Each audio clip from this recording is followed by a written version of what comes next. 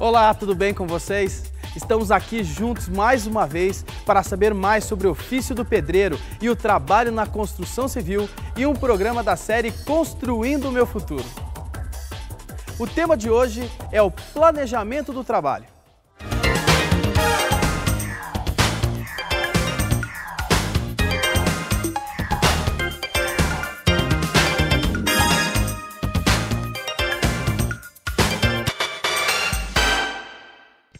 Planejamento é essencial para qualquer atividade. Isso vale também para a função de pedreiro. Por isso, esse programa é dedicado a trazer para você alguns conhecimentos importantes sobre como planejar o que você fará num canteiro de obras. Quem planeja é um profissional preparado e com a visão para ir além, ou seja, para crescer. Para isso, tem algumas características-chave. Responsabilidade no que faz, desde o preparo dos materiais até o relacionamento com os colegas. Capricho na execução dos serviços, por mais simples que possam parecer. Planejar a execução com calma, prevendo todos os passos a seguir, os materiais e o tempo necessários para realizar cada tarefa com qualidade. Usar boas ferramentas e zelar por sua conservação. Um bom profissional com ferramentas inadequadas não trabalha com qualidade. Manter o foco no trabalho, sem distrações e sem papo fora de hora. Ter disposição para aprender novas técnicas e conhecer as novidades relacionadas ao trabalho, como lançamentos de materiais e de ferramentas, entre outros. E ser atencioso e educado com quem está à sua volta. Colegas, equipe de engenharia, visitantes, arquitetos. Boa educação é sempre bacana. Tendo estas características e comportamentos em mente, já temos um bom começo. Agora vamos às dicas para planejar o trabalho. A primeira coisa a fazer para isso é organizar a execução, começando pela identificação das condições de trabalho conforme a tarefa a realizar. Nas várias etapas de uma obra, há condições diferentes. Na limpeza do terreno, verifique se há risco de desabamento e de enchentes e qual é a textura do solo, arenoso, rochoso ou úmido. Para cada tipo, há uma fundação específica que é definida pelo engenheiro. Confira também se as medidas do lote são as mesmas do projeto ou do registro e se há estrutura de água, esgoto, energia, entre outros. Para a organização do canteiro, leia e interprete os projetos. Esse é o primeiro passo. Se tiver dúvida, converse com seu supervisor. Com a planta em mãos, é preciso demarcar o local de implantação da obra. Com o engenheiro e o mestre de obras, deve-se definir onde ficam os alojamentos, o depósito, os locais de carregamento e descarregamento e de trânsito de veículos. Veja estas dicas para organizar os materiais no canteiro de obra. No recebimento, verifique a quantidade e o estado dos sacos de materiais, que devem estar inteiros e sem empedramento. Confira o fabricante, o tipo do material, o selo de qualidade e a validade. Guarde os sacos empilhados em local coberto e seguro. As pilhas são de 10 sacos para cimento e gesso, de 15 para cal e 20 para argamassa. As pilhas devem ficar sob estrados de 30 centímetros de altura e a 30 centímetros das paredes para evitar contato com a umidade. A dosagem e a mistura devem ser feitas em local coberto, próximo ao equipamento de transporte, elevador ou grua, por exemplo. O aço também tem cuidados especiais. Os vergalhões devem ser agrupados por bitola, separados por baias. As pilhas de telas devem ter até 50 centímetros de altura. Se possível, o estoque deve ficar protegido da chuva e sob um estrado de pelo menos 7 centímetros de altura. A areia e a brita devem ficar estocadas perto do portão de materiais. Devem ser levantadas baias de 1,20 m de altura com blocos de concreto para evitar a mistura. Estas baias devem ficar sobre um contrapiso em concreto. Blocos podem ficar em locais abertos. Eles devem ter a entrega planejada conforme o uso, para evitar que atrapalhem. A altura máxima de empilhamento é de 1,80 m. Com essas dicas, você otimiza o espaço do canteiro de obras. Mantenha também as vias de circulação desobstruídas e remova resíduos regularmente. Agora vamos conferir o almoxarifado.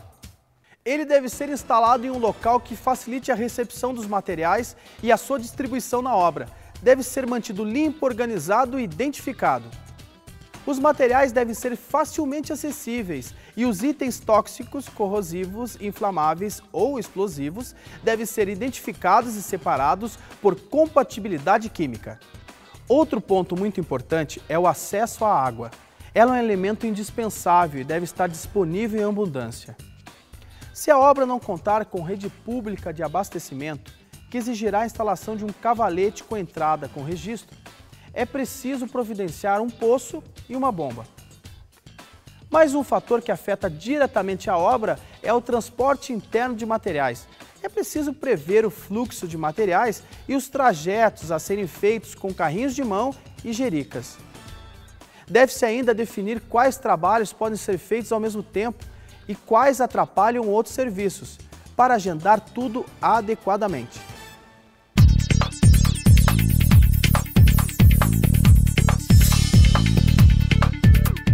Para uma obra é preciso definir estratégias para realizar os trabalhos e os meios a utilizar. Muitas vezes é preciso locar equipamentos, o que deve ser previsto nos custos da obra. Antes que eu me esqueça, temos que falar de tapumes e instalações elétricas. Os tapumes cercam a obra e oferecem segurança a quem passa por perto, evitando a projeção de partículas e a entrada de pessoas não autorizadas. Devem ser providenciados no início da obra. Já a instalação elétrica deve ser feita com cuidado, por pessoal habilitado para evitar acidentes e fazer com que as ferramentas elétricas possam ser usadas adequadamente. Além de todas essas providências, há uma coisa extremamente necessária, sem a qual nenhuma obra vai em frente: documentação. Confirme se tudo está em ordem. É obrigatório que haja na obra o alvará de construção emitido pela Prefeitura Municipal, cópias dos projetos aprovados, arquitetônico, eletricidade, hidrossanitário e outros, e a guia do CREA. Vamos agora conferir as dicas para fazer a locação da obra, conforme os projetos estrutural e arquitetônico, com a supervisão do seu encarregado. Confira esquadro e níveis com as ferramentas adequadas. Confirme o nível da rua e as cotas relativas da obra. Use o gabarito para fazer a implantação da obra. Siga a relação de materiais indicada no projeto. Em caso de dúvida, converse com o seu supervisor. A locação é referência para a execução da estrutura. Agora vamos conferir os trabalhos de execução na obra. Começamos com as fundações, um trabalho que envolve escavações. Escavações da obra são os serviços de abertura de furos ou valas no terreno para posicionar as fundações. Para que elas comecem, o gabarito deve estar pronto, com a marcação das paredes e o nível estabelecido. Identifique-se se passam tubulações de água, esgoto, gás ou outras redes tubuladas para evitar rompimentos. Siga rigorosamente o projeto, pois escavações erradas trazem grandes problemas. O material escavado deve ser colocado a uma distância mínima de 50 centímetros da borda da vala. Se não tiver mais utilidade, deve ser descartado adequadamente. Depois das fundações, há os cuidados com a execução da estrutura da obra. Sempre verifique os escoramentos. Tenha cuidado ao andar sobre a laje que está sendo montada para não amassar os eletrodutos e caixas de energia. Execute as lajes segundo o projeto estrutural. Se usar blocos DPS, não corte os blocos em cima da laje, pois podem cair pedaços dentro das formas. Isso afeta a resistência de pilares e vigas. Faça o lançamento e a vibração do concreto corretamente. Verifique as formas. Aguarde a cura do concreto antes de começar a desforma. Após a concretagem da laje, é necessário esperar o período mínimo para a retirada das escórias e formas. Quem define é o profissional responsável pela obra. Para a construção das paredes, revestimentos e contramarcos das esquadrias, siga estas dicas.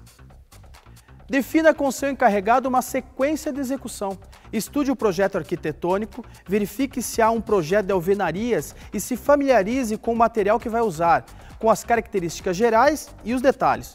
Coordene seu trabalho com o dos outros profissionais envolvidos, como eletricistas e encanadores. Oriente-os a não cortar paredes antes do tempo de cura da argamassa de assentamento. Programe o fechamento dos rasgos e emboço das alvenarias numa sequência de trabalho fixa. Converse com o encarregado sobre onde ficam e quais as espessuras das juntas necessárias. Confira também qual é o cunhamento adotado. Informe-se sobre a ordem para travar ou encunhar as alvenarias. Veja qual o traço da argamassa a ser usada em cada etapa dos revestimentos e se elas serão feitas na própria obra ou não. Se as argamassas forem feitas no canteiro, confira se a sequência de lançamento dos ingredientes está correta e se o traço está sendo obedecido.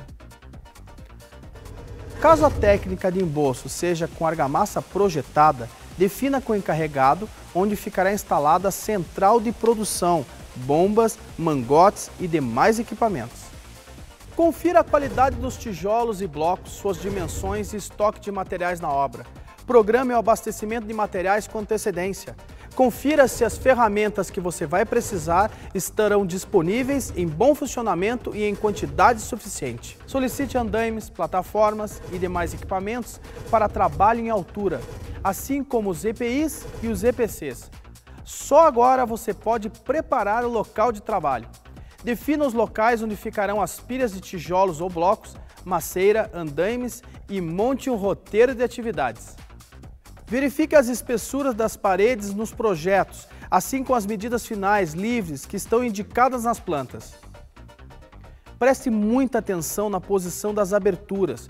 Portas e janelas têm seus lugares determinados na planta. Jamais mude os vãos de lugar. Confira com os responsáveis se tubulações de água, esgoto, gás e outras foram todas previstas. Verifique se será feita alguma impermeabilização a quente para programar estes serviços de forma a não interromper o seu trabalho. Para pisos e contrapisos, veja as informações a seguir. Estude os projetos e quais os tipos de piso que serão aplicados. Verifique a posição dos ralos, desníveis de sacada, boxes e outros. Lembre que as medidas de projeto são sempre consideradas acabadas. Veja se será utilizado piso autonivelante, que precisa de mão de obra especializada. Confirme no projeto estrutural se está previsto o uso de aditivos ou impermeabilizantes, assim como se haverá alguma camada intermediária de isolamento acústico. Verifique no projeto e converse com o encarregado sobre onde ficarão as juntas de piso e de que tipo serão. Limpe o local onde você irá trabalhar. Os processos de acabamento também têm recomendações importantes para que sejam bem executados. Vamos acompanhar quais são elas. A primeira que veremos serão os revestimentos. Para aplicar revestimentos, veja nos projetos as especificações e os projetos de paginação. Consulte também o caderno de detalhamentos. Verifique os espaçamentos de juntas e a cor de rejuntes. Certifique-se de que o material que você irá usar está na obra. Separe por ambiente, conferindo nas caixas as marcas, dimensões, modelos, cor e classificação, inclusive o número do lote. Confirme o tipo de argamassa que você irá usar. Também entre os acabamentos estão as esquadrias e as suas ferragens. Lembre, jamais mude os vãos de abertura de lugar. Sempre siga o projeto. Confira ainda essas dicas. Verifique quais as esquadrias serão colocadas com espuma expansiva e certifique-se da espessura da folga que precisa deixar no vão do requadro. Cuide também da fixação de portas e janelas. Verifique o detalhe construtivo, se houver, onde é mostrada a posição de contramarcos e soleiras.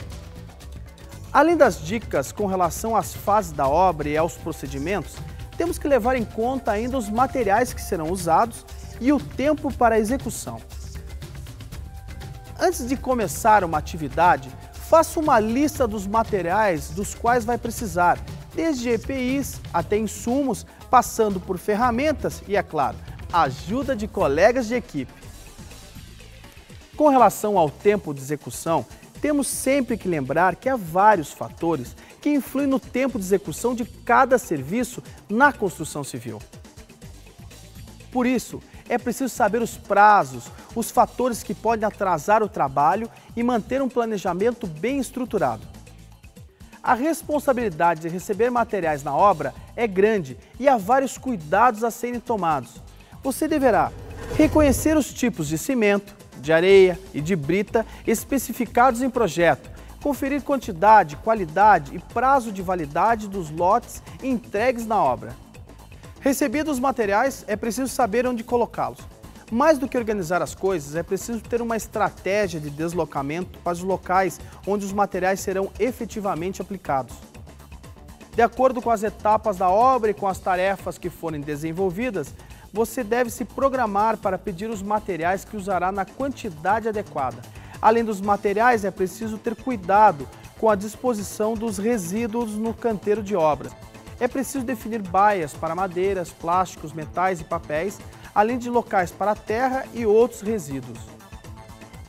Esses devem ser descartados de maneira correta, sem gerar danos ao ambiente e causando o mínimo de impacto. Manter a limpeza na obra tem a ver com dar destino aos resíduos. Bom, pessoal, já estamos no final de mais um programa. Espero que tenham aproveitado.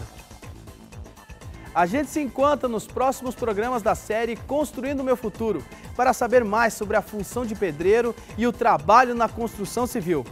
Até a próxima!